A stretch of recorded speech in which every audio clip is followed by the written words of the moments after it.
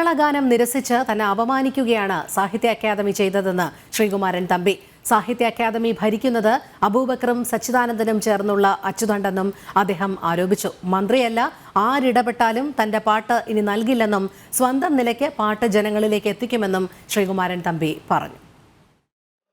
ഹരിതഭംഗി കവിത ചൊല്ലുമെന്റെ കേരളം, സഖ്യഗിരിതൻ ലാളനയിൽ വിലസും കേരളം, ഇളനീരിൻ മധുരമൂറുമെൻ മലയാളം, വിവിധ ഭാവധാരകൾ തൻ ഹൃദയ സംഗമം.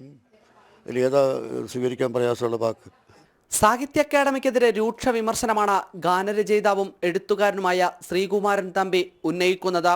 സച്ചിദാനന്ദൻ തന്നോട് വ്യക്തിവൈരാഗ്യം തീർത്തതാണ്. സച്ചിദാനന്ദൻ അബൂബക്കർ അച്ചുതണ്ടാണ് സാഹിത്യ അക്കാദമി ഭരിക്കുന്നതെന്നും ശ്രീകുമാരൻ തമ്പി പറഞ്ഞു.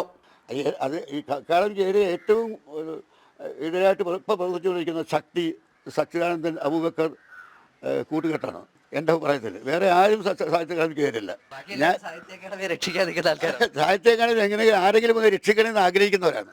ഈ രണ്ടുപേര് ചേർന്ന ഒരു അച്യുതൻ്റെ കക്ഷിയാണ് ഇപ്പോൾ സാഹിത്യ അക്കാദമി നശിപ്പിച്ചുകൊണ്ടിരിക്കുന്നത്. അതുകൊണ്ടാണ് ഹരിനാരായണൻ്റെ പാട്ടെടുത്തു, ശ്രീകുമാരൻ്റെ വരികൾ ക്ലീശയാണ് സച്ചിദാനന്ദൻ പറയുന്നു, അതേസമയത്ത് ഈ തീരുമാനമായിട്ടില്ല എന്ന് അബൂബക്കർ പറയുന്നു. അപ്പോൾ അത് വ്യക്തമാണല്ലോ.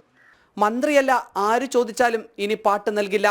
തൻ്റെ എഴുത്തുകൾ ക്ലീശയാണെന്ന് പറഞ്ഞ സച്ചിദാനന്ദനാണോ ശ്രീകുമാരൻ തമ്പിയാണോ നല്ല എഴുത്തുകാരനെന്ന് ജനം മനസ്സിലാക്കട്ടെ എന്നും അദ്ദേഹം പറഞ്ഞു. ഇനി നമ്മുടെ ബഹുമാനപ്പെട്ട മന്ത്രി എൻ്റെ നാട്ടുകാരനായ സജി ചെറിയാൻ നിർബന്ധിച്ചാലും ഞാൻ കേരളഗാനം ഈ പാട്ട് കൊടുക്കുകയില്ല, വേറെ പാട്ട് ഇത് കൊടുക്കുകയില്ല. ജനം, തിരുവനന്തപുരം.